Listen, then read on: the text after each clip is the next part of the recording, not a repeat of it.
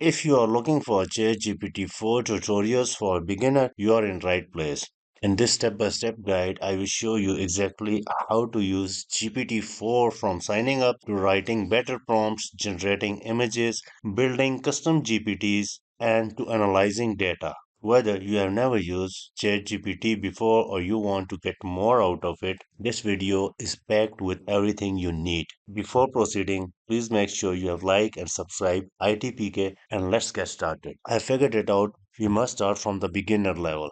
To create a ChatGPT account, just go to chatgpt.com, click sign up, write up your email address and password, and boom, we are now in ChatGPT. So once we are logged in on the left bar, we are able to see our customized GPT in the past chats and project we usually do with ChatGPT. So if we create or started a new chat, we will get that chat in the left bar of ChatGPT. We could also go ahead and rename this chat, like I wanna rename it ChatGPT Beginner Tutorial. And on the top, we are able to see ChatGPT models that we can switch between. GPT 4o, O3, O Mini, O Mini High, and here we have more ChatGPT models that we can switch between. If you go to on right top of your screen here, you have option to check or upgrade your ChatGPT plan. You have the task, you have the GPTs option, the customized GPTs you have already created, and here we have option to create a customized chat GPT for you with the specific instructions. We will get back to this all details in a minute. Don't get worried. Now, most of the actions and tasks will be available in here with the prompt text box. You know, prompting for ChatGPT is very important. Most people doesn't pay attention on the prompt and ends up happening a terrible text. If you do a better prompt with few minor adjustments, you will be going to get a better answer from ChatGPT. In your prompt, there are three important things you need to include: formatting, styles, and instructions. Let's go ahead and start with our first prompt. Please note that we are also following our formatting, style, and instruction format. I want to add most important thing here at the end that we can apply some restrictions as well. Don't use complicated recipes. I want basics. I will recommend you always add some restrictions to get more clear and to the point response. So the prompt is explain how to cook pasta like if I am a total noob. Format is as a step-by-step guide with full list of ingredients and cooking times as well as calorie counter. Don't use complicated recipes. I want only basics. And now ChatGPT gave me what I exactly want from it with to the point set of instructions. Perfect. I also like to give ChatGPT some additional context and more information that is actually relevant to the task. For example, I am a student on my last year of college with a GPA of 3.5 and I have an assignment to write an essay about the French Revolution and its impact on the world. Can you give me 5 to 10 bullet points?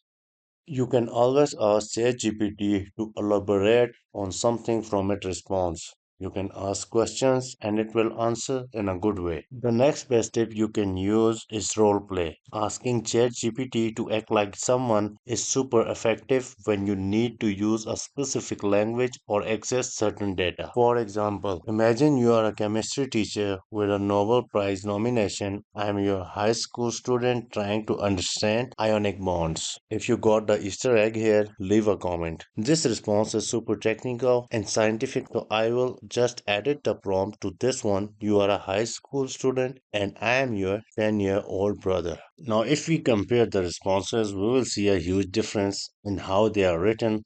The first one uses complex concept, while second one turns to analogies. When you ask ChatGPT to explain something, you will notice a big difference in how it responds. Some answers are complex while others uses simple analogies.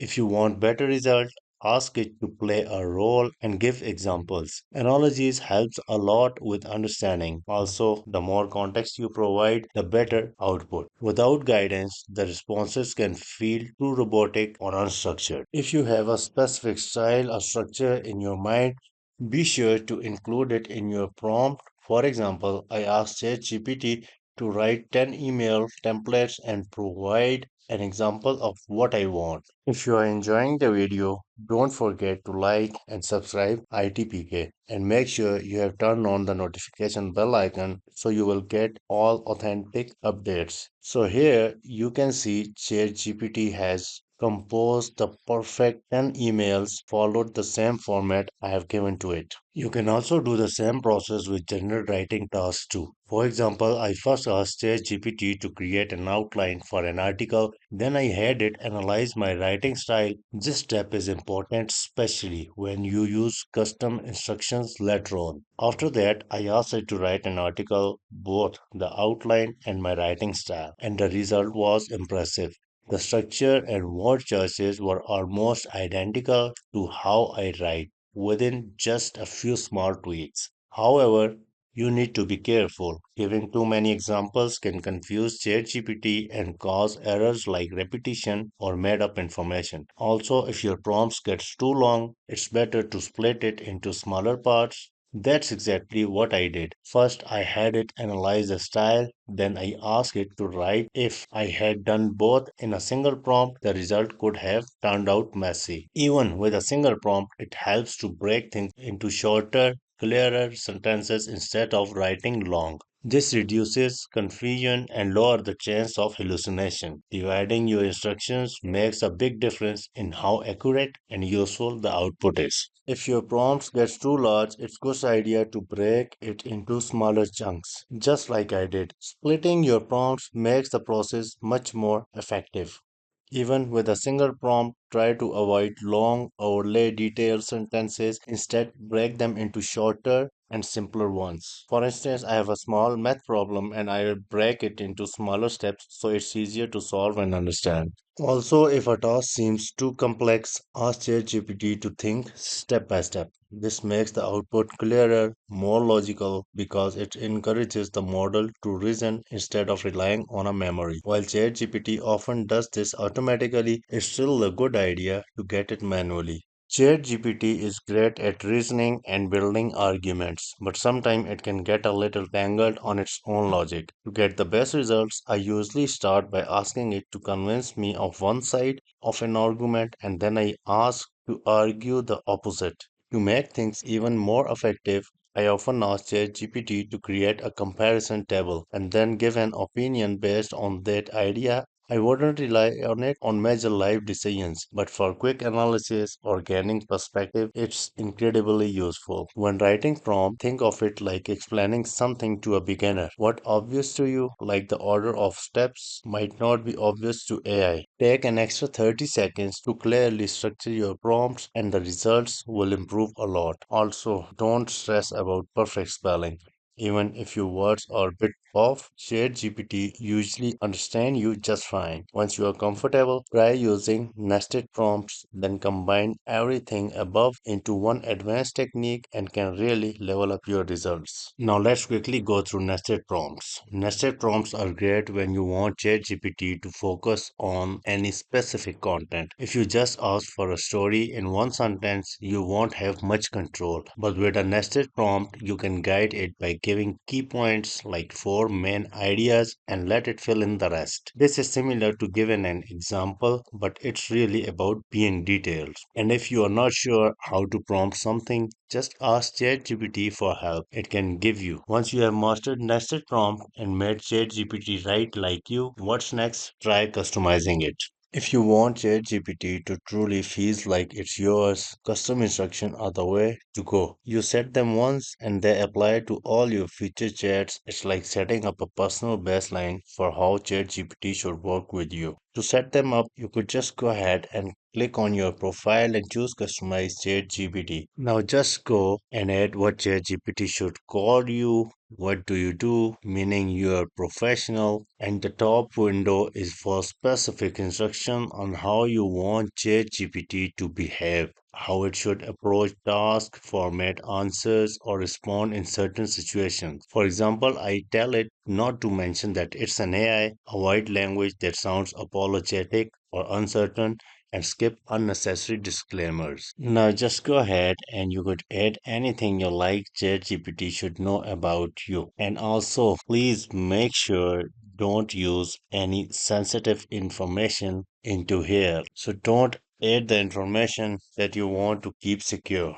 There is much more interesting way to use custom instructions. Remember those email templates from before with custom instructions? All that now if I ask for an Instagram post, it will not only look like something human made, but also have all the business details. And the best part is that you can do the same thing for pretty much anything, can be emails, blog posts, even image generation, and we will get to that in few moments. By default, ChatGPT only uses its built-in training data, which is limited and not always up to date. To fix that, just go to Customize ChatGPT and enable browsing. With browsing on, ChatGPT can search the web for latest information. For example, you can ask, are there any plans for new version of ChatGPT? And it will find the recent articles online. You can follow up with questions or ask it to summarize rumors, complete with links to resources. You can also use it for things like news updates, football scores, or even stock market research. Try asking it for 5 best performing stocks to buy right now, and you will get the real time data. You can also summarize the web pages, but note that some websites block access. In that case, just copy and paste the text or upload a PDF version instead. Next we have is custom GPTs. These are like specialized version of ChatGPT trained to be really good at one specific task. Think of them as the closest thing to AI agents right now. Some are great at writing certain type of content while others are designed to generate specific kind of images. You can even make a custom GPT interact with platform or APIs behind the scenes though that are more advanced. To find them, click on Explore GPT. You will see store full of different options. Some are made by big companies to help the user interact with their services, while others were created by everyday users like you and me. To search for something specific, just type it into the search bar like web browsing. Pick the one that fits your need and start a chat. That's it, your custom GPT is ready to go. Now, finally, let's talk about image generation. If you have DALL-E enabled, then just type what you want in a chat. If you have ever tried tools like Midjourney, then you know that correctly picked parameter results in good image. With DALL-E, the situation is slightly different. DALL-E actually uses the same recognition as ChatGPT, so you actually just ask directly what you want. When writing DALL-E prompts, try to be as clear as possible. I recommend describing each element in detail. There are no particular parameters that you need to use like Midjourney. Just be as descriptive as possible. Specify the aspect ratio, orientation, how wide the angle should be, and pay extreme attention to describing each element in the shot. Now, let's say you have an image and you want to change the part of it. You can do it one of two ways. One, right, replace something with something. In this case, I want to replace the cat with a dog. I hope this guide helped you understand how to use ChatGPT 4 like a pro. If you found this video helpful, give it a like and subscribe. It really supports the channel.